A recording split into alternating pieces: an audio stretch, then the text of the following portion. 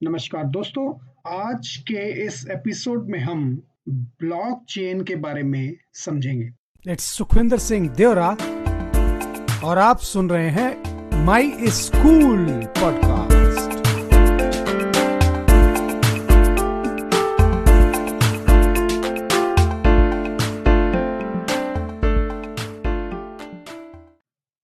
तो ब्लॉकचेन जो है वो एक कंप्यूटर से रिलेटेड एक नई टेक्नोलॉजी टर्म है जो कि रियल और फेक डॉक्यूमेंट्स, रियल और फेक एंट्रीज के बारे में हमें जानकारी प्रोवाइड कर देती है।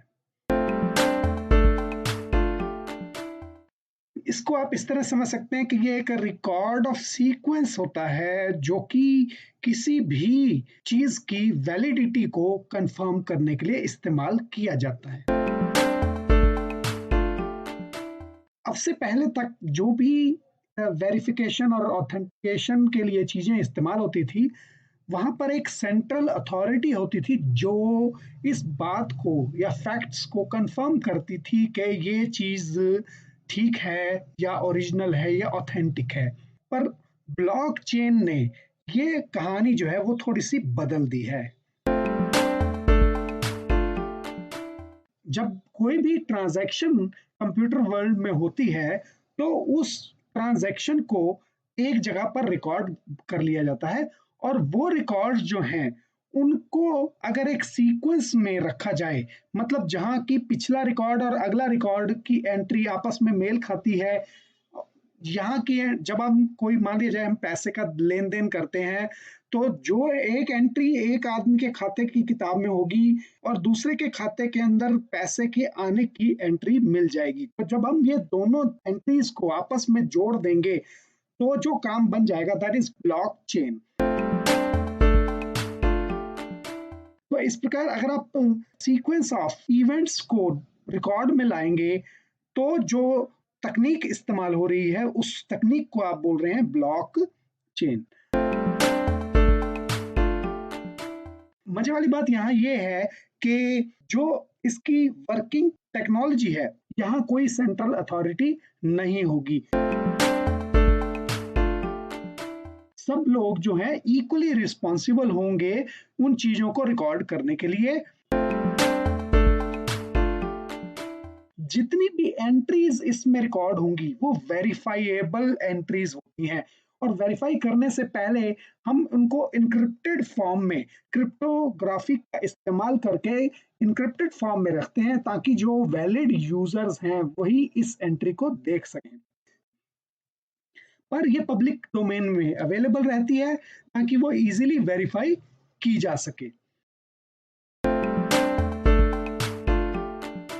तीसरी इंपॉर्टेंट चीज ब्लॉकचेन के बारे में ये है कि आप किसी भी ब्लॉक से शुरू करके आप पीछे जाते और आगे जाकर सारी ट्रांजैक्शंस को क्रॉस वेरीफाई कर सकते हैं कि शुरुआत कहाँ से हुई, पहली एंट्री क्या थी, उसके बाद क्या चेंज किया गया एंड सो ऑन। तो यदि ये डॉक्यूमेंट है तो उसके अंदर स्टेप बाय स्टेप चेंजेस क्या है वो पता लग जाएगा। अगर ये पैसे के रिकॉर्ड्स की एंट्रीज हैं, ब्लॉक्स हैं, तो आप ये पता लगा पाएंगे कि कितना पैसा टोटल था, यहाँ से चला तो कितना आगे पहुंचा एंड थर्ड स्टेज पे कितना पहुंचा एंड सो ऑन। तो एक सीक्वेंस ऑफ इवेंट्स को भी आप वेरीफाई कर सकते हैं। और आखिरी चीज ये है कि इसमें कोई भी ट्रांजैक्शन गलत नहीं मानी जाएगी। जो भी एंट्रीज इसमें रखी जाएंगी वो या तो वैलिड एंट्री होंगी या इनवैलिड एंट्री होगी। इनवैलिड एंट्री इस सेंस में कि अगर कोई हैकर इसमें बीच में पड़े हुए किसी एक रिकॉर्ड को बदलना चाहे तो उसे पीछे जाकर और आगे के रिकॉर्ड्स में भी सारी की सारी एंट्रीज को चेंज करना होगा। इसलिए ब्लॉकचेन जो है दिस इज वेरी सिक्योर, जिसमें कि हम एक सीक्वेंस ऑफ इवेंट्स को नोटिफाई कर सकते हैं।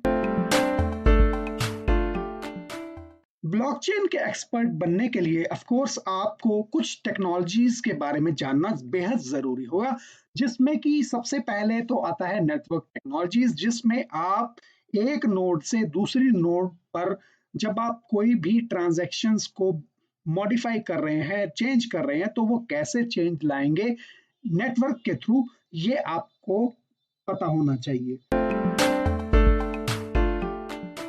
दूसरी इंपॉर्टेंट चीज रहेगी डेटा स्ट्रक्चर्स। इसको समझने के लिए आपको इंपॉर्टेंट डेटा स्ट्रक्चर्स का इस्तेमाल करना होगा, जो कि जानकारी को इस तरीके से रख सकें जैसे कि एक लिंक लिस्ट में आपको एंट्रीज एक के बाद एक लिंक करके रखी जाती हैं। तीसरा सबसे इंपॉर्टेंट चीज रहेगी कि आपको सिक्योरिटी के अंदर इस्तेमाल होने वाले क्रिप्टोग्राफिक एल्गोरिथम्स को भी पढ़ना होगा अच्छे से, ताकि आप ब्लॉकचेन पर जब भी कोई ट्रांजैक्शंस रिकॉर्ड करें उनको आप सिक्योरिटी प्रोवाइड करने के लिए एक क्रिप्टोग्राफिक एल्गोरिथम से जोड़ सकें। और लास्टली हमें प्रूफ ऑफ वेरिफाइबिलिटी लाना बेहद जरूरी होगा, ताकि हम वेरीफाई कर सकें कि पुरानी एंट्रीज से नई एंट्रीज जो है वो कैसे आई थी, और नई करंट एंट्रीज से हम पिछली एंट्रीज तक भी पहुंचने का एक मेथड बना सकें। सबसे आखिर में आपको गेम थ्योरी का थोड़ा सा कॉन्सेप्ट आता होना चाहिए, जो कि आपको पढ़ने को मिलेगा ऑपरेशन रिसर्च वाले पेपर में। तो आपको ऑपरेशन रिसर्च में गेम थ्योरी, जहां पर हर प्लेयर जो है वो रिवार्ड के लिए प्लान करता है और जो दूसरा प्लेयर है वो मिनिमाइज करता है अपने लॉस को। तो एक आदमी मैक्सिमाइजेशन के लिए खेलेगा, दूसरा आदमी उसको मिनिमाइज लॉस के लिए खेलने की कोशिश करता है। इस टेक्निक को भी आपको ब्लॉकचेन को इस्तेमाल करने से पहले पढ़ना होगा।